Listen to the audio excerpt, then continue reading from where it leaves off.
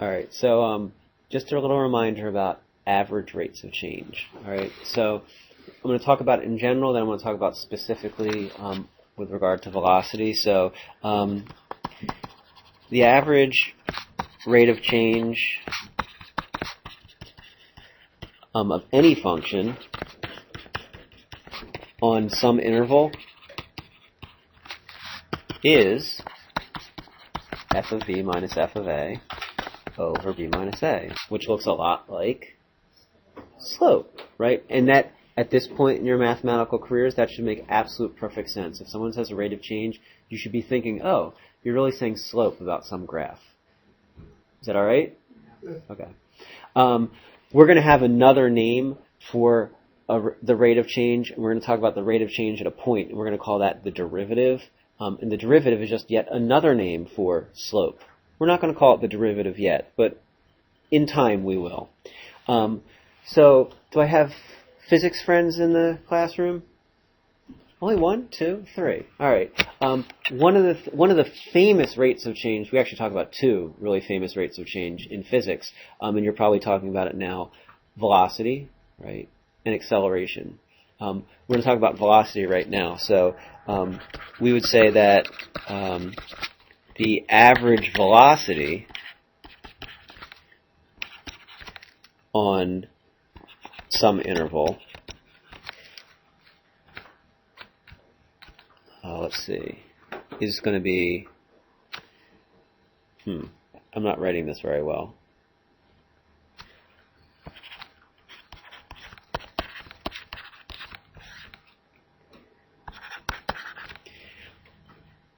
What's the function s represent in this case? There's a wrong answer and there's a right answer, so can we first do the wrong answer?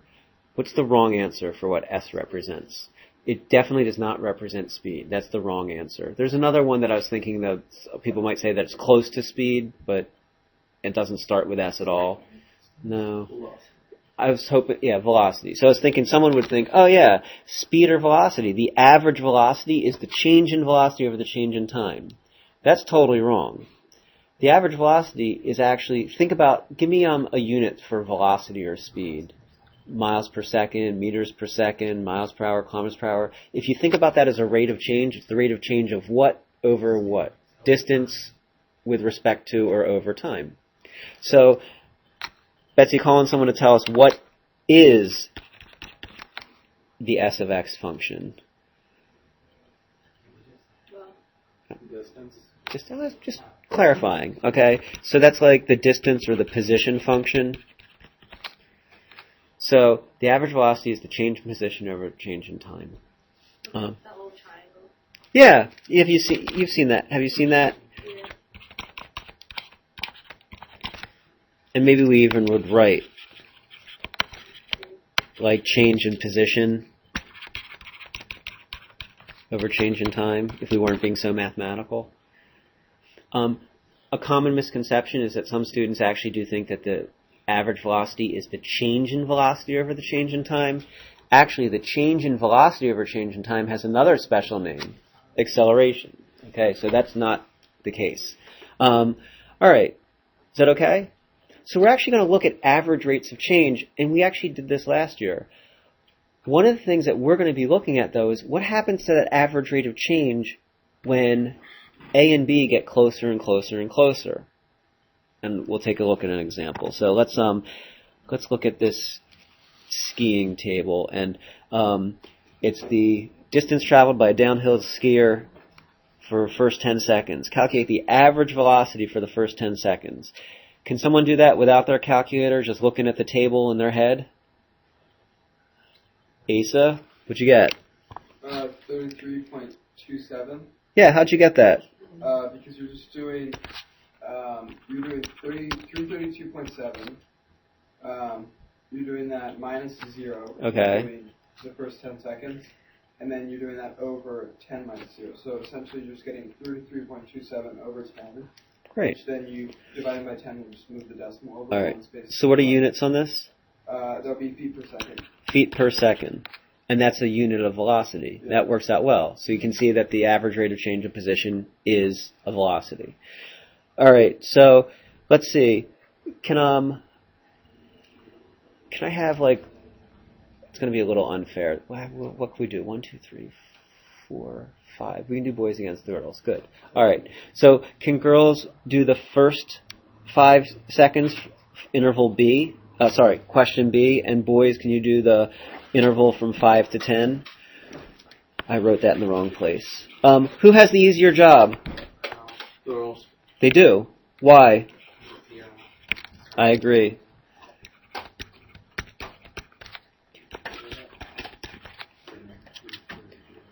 No.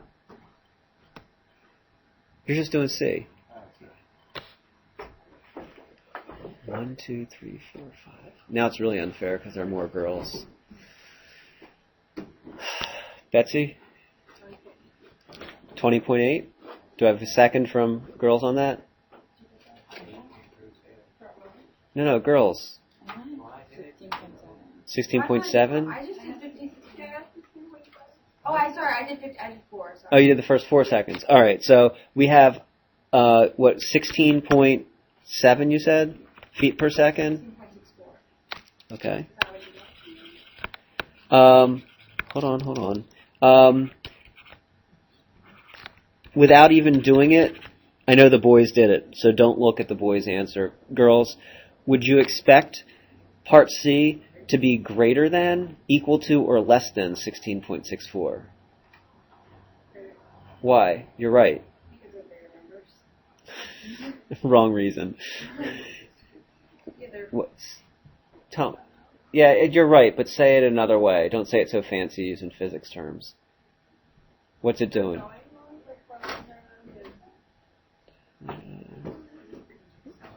Yeah, I know, but don't use a physics word. What's happening to the speed? Speeding up, right? Wouldn't you think that would happen if you're going downhill? You'd speed up. So we're speeding up. We would think the boys would get a bigger answer. Boys, what'd you get? 49.9. What do we have? 49.9. Do we 49.8, 49.9? Is that an agreement or not really? Zach? All right, 49.9 feet per second. So that makes sense. It's speeding up. So did we just answer part D? The skier's getting faster, and that intuitively makes sense as well. Does it make sense that the average velocity for the first full 10 seconds is somewhere in between the girl's answer and the boy's answer? Yeah. I think so. Right? All right, let's do boys and girls again. Actually, you know what? Here's what I'll do. I'll do E, and then boys do F and girls do G because girls starts with G. I know this makes sense, but if you add the two together, it's fine. Whoosh. Yeah, okay, fine. Betsy has an interesting observation to make. I gave you guys the easy job. Mine's hard. Why did I take the hard one? I'll do yours anymore. Why is yours easy? What are you dividing by? 1. Yeah, you are. That's not fair. I'm always making it too easy for you. All right. I got 19.95. All right, so that's what I got for the average. What do you think the boys are going to get? An answer that's greater than, less than, or equal to for 2 to 3 seconds. Yeah, why less? You're absolutely right. Gabby, talk to us. Speed is increasing, like as you get bigger, and so like the difference between like the speed from 2 to 3 should be a lot less. Yeah, if 2 to 4 is the whole thing, and we know we're getting faster, we would think then that 2 to 3 would be less, 3 to 4 would be more, and the whole thing would be like, as Betsy would say, what mathematical word could you say? 2 to 4 might be the average. I like that. Okay. All right, boys, what'd you got? 16.6. Girls, what'd you get? And Betsy would actually say, if you took the boys' answer, the girls' answer, added them up, divided by 2, you'd get the average, 19.9. You have to 9.5. You have to divide by 2. Okay. So I have a question for you then. If someone asked you, based on what we just found, in E, F, and G, if someone asked you, how fast is a skier going at 3 seconds? Not at an interval, but actually at a specific time.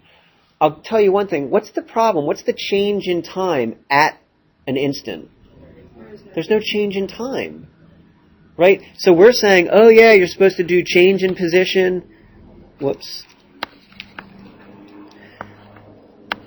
Now it's not erasing. You're supposed to do change in position. Now it's not writing. Over change in time. But at an instant, like think about it. Here I am. I'm just like frozen at that instant, right? Like a photo finish at the end of the race. Those people are moving, right? But it's an instant of time where time's not moving and it doesn't look like their position's moving. But we know they are moving. How weird is that? Like, isn't that bizarre? So what might you say? Like, what would your guess be based on?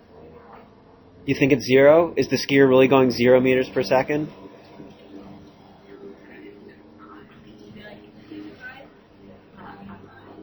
What? You can't do that.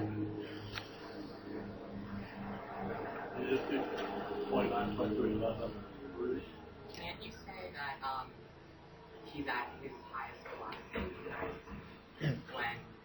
Can I rephrase the question? Judging on the information from E, F, and G, what would you say? 2.95. Somewhere in the middle? Like if the boy said for the from 2 to 3 seconds, the skier was going 16.6, Yeah, so and then the girl said from 3 to 4, the skier was going 23.3 feet per second? So then you... Probably somewhere in the middle. Do you want to ask a question about that? People don't seem okay with it. What makes... You would think 19.95 for that? Yeah. That's what I would say. Because Like also- between 2 and 4. Between 2 and 4 is 3. Okay. Uh, Go ahead. You could also solve it out as 23.3 minus 16.6. Like, you could take the time in between that and divide it by 2 and add that on to 16.6. Yeah, it's the same thing as Betsy's average, Yeah. really. Can you see that maybe what I would ask you to do would be, why don't you look, if the table is better, why don't you take the average velocity between 2.9 and 3.1? Right? Or what about the average velocity from 2.99 to 3.01? Do you see how that's a little like the limit problems that we were doing? Like, let's take a smaller and smaller and smaller interval. And actually, Newton came up with a method of taking smaller and smaller intervals, and he came up with actually an algebraic method to make that all work. So even though you think you're dividing by 0, you're actually not. And I don't know if you remember, but do you remember like a day or two ago when we had like h in the bottom and we had the limit as h was going to 0 and we couldn't just plug in, but we did a little bit of mathemagic and then we could plug in? Does this sound familiar or no, not at all? Okay, fine. Yeah, so we're going to do some mathemagic later on. Not ready yet. All right. So we are going to talk a little bit about this idea. Exponential, was that an exponential? Or like, it just like, it just Oh, actually, random numbers. 'Cause, like, what if you Yeah. made it into an exponential problem, then couldn't you figure out what 2.99 is? yeah, you could. You could model this. You could do like an exponential regression fit or something. And this I think this is not exponential but quadratic. So I think it's like something x squared would be my guess. So we're actually going to talk about what it means to have a slope at a point. And even though we're dealing with functions that might not be linear, we can still talk about whether the slope at a point is positive or negative, whether it's really steep or not so steep. So let's take a look at 2 and talk about slopes at points. And do you agree that's a new concept? Oh, I don't know what that is. Like, we've never really talked about the slope at a point. We've talked about the slope between 2 points or the slope of a line, but never really the slope at a point. Let's see.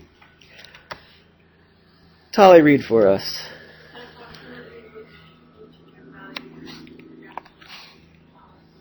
All right. What integer value of x does the graph have each of the following slopes? So the first thing I'm going to do is look at the integer values.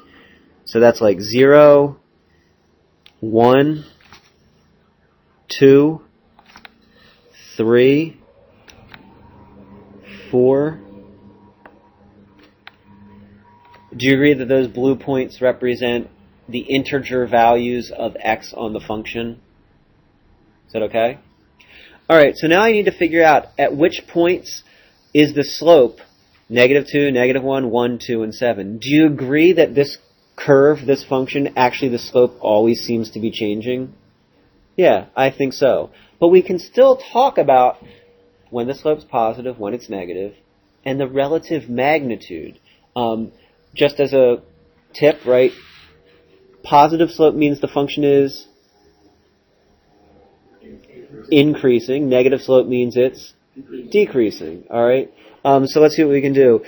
What do you want to pick? You can either pick a letter or you can pick an integer value of x. Kaylee, we want to start us off? Okay, I'll start with A. Okay, so we need a slope of -2. Before you do it, tell me the two places where it looks like the slope is negative on this graph. At 0. At 0?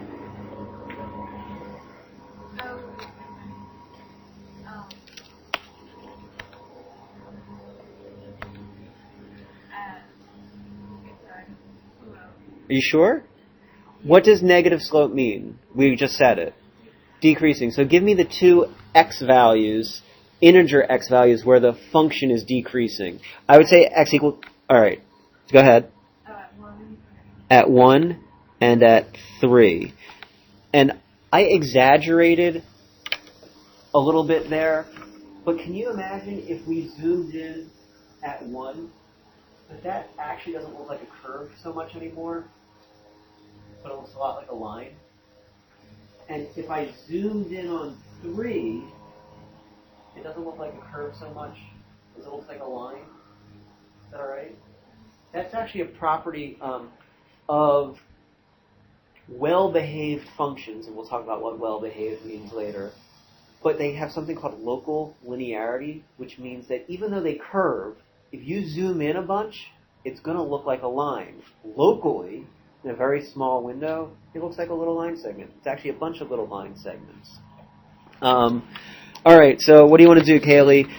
-2, which one has the steeper slope? 1 or 3? 3. Try again. Yep. Don't you think it's steeper at 1? Like if you had to go downhill, like wouldn't that be like your biggest hill? Alright, so at x equals 1, we have a slope of -2. Alright, Kaylee, call on someone. Well, you know that 3 is negative. Okay. So by process of elimination, the only other negative slope happens at x equals -3. Alright, Betsy, call on someone. We now have 1, 2, and 7, all positive slopes, and we have to compare magnitudes. And I think there might be debate over one of these. I'm not sure. Gabby. It's like, would x equals 0, that'd be 7. That's the steepest slope. I totally agree, and that's not the one I thought we were going to have a debate over. So I think Gabby picked a good one to do next. It's steep at x equals 0, so that's going to go with 7. All right, Will. Debatable. Let's see what we have. C was x equals 2. So at x equals 2, you think the slope is 1? And so by process of elimination, you think that the slope at x equals 4 is 2. I think it's the other one. Yeah, me too. Sorry, I don't know what's going on with this screen. Well, like, if you draw the lines like that, you could, 2 looks Sorry, stupid. at x equals 1. No, actually, it's 2. I would say that Two or 4. they look pretty comparable. But they're not parallel, so. No, they're not. That one is tilted a little bit. Yeah, I think x equals 2. I'll tell you what I thought was a good argument. Rachel Johnson in the other class said, look, x equals 4 looks like it's closer to the bottom of that hill, closer to the valley. And she said, at peaks and valleys, what's the slope? At the top or at the very bottom? 0. So the closer you are to the bottom, the closer you should be to 0. So with her reasoning, people felt like, okay, x equals 4 had a slope of 1, and x equals 2 has a slope of 2. I think you could argue that it's not really all that clear cut. Like, do you understand how it could be debatable? Yeah. All right, but I liked Rachel's argument. I was like, all right, if you think about it that way, it's, that pretty much does say it. All right? Questions about that? You sort of like that. Isn't that sort of fun? It's like a math puzzle, right? All right. Who says you don't play games in math class? Have you noticed that the older you get, the fewer games you get to play in math? Yeah. It's a bummer, huh? Or is it just because you've had me 2 years in a row? Sorry, I'm looking at Kaylee and Adrian and Gabby. And Tolly. All right. Let's put these in order. We want to put these in order from smallest to largest. Slope at 0.2, slope at 1.5, slope at 1.9, the number 1, and the slope connecting the points between 1.5 and 1.9. All right, should we put maybe some points on this, estimate some points on this graph maybe? Let's see. I'm going to guess that this is 0.2, right around there. 1.5 looks like it's probably around there. 1.9 is maybe around there. All right, so who wants to start with some observation that maybe we could make? I'm not saying we have to put them in order yet, but an observation would be helpful. Zach? Slope here is 0. Uphill or downhill? Increasing or decreasing? Uphill. So the slope is...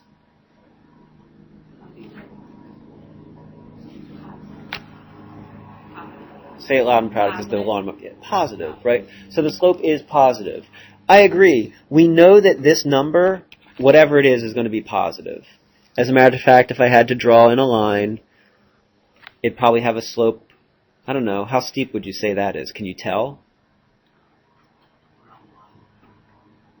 That's a great... All right, so Zach actually is leading us to a next question, to compare A and E.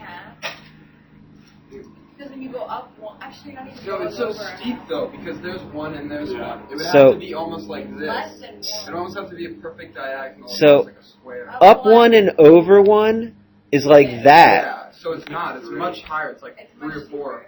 So it's steeper It's much than steeper. 1. All right, so can we agree that... Sorry to be obnoxious. No, please. I think I can do this in a physics way. Kind of. So when you launch a projectile, isn't that point that's perpendicular, like what you just drew at point 2? Mm-hmm. Like isn't that That'd be like the initial I velocity. forget, but, yeah. Okay. But like, And if you wanna I think- remember doing physics graphs and we would like do that. Yeah, and as a matter of fact, you would tell me that the velocity at the top is 0, right? And that as it comes down, it's speeding up. So the velocity down here is going to be greater than the velocity here. And really what you're saying is the slope here is more negative than the slope there. So it is a physics way. It's okay. And that's not obnoxious. That's good. That's a good thing to be able to do. So would you agree that A is going to be greater than E? Like, Yeah. so A probably ends up here and E ends up here because we're going smallest to largest. Whoops. Oh my gosh, I don't know what's going on. So here's the small end. Oh. Alright. Alright, so, I mean, do you know which one's more negative? C or B? C is more negative, and then B. And then the question is, Oh, wait, you're just putting them from great. This number of false plays. You don't have to actually say what no, it just says put them. Oh. And then the only remaining question is, what can you say about the slope between 1.5 and 1.9? If you think about the skier, you can tell me exactly where D should go. Say it loud and proud so we can all leave. In between C and B. D is the average of C and B. Hey, we did it. Nice. Way to be, guys. All right. Hey, have a wonderful Wednesday. Have a great afternoon. Now, do we not have to write Thank the you. direction? You're welcome. Isn't that just speed? We are talking about speed. Well, actually, downhill skier, so we're going down. But we didn't specify that. That's enough out of you.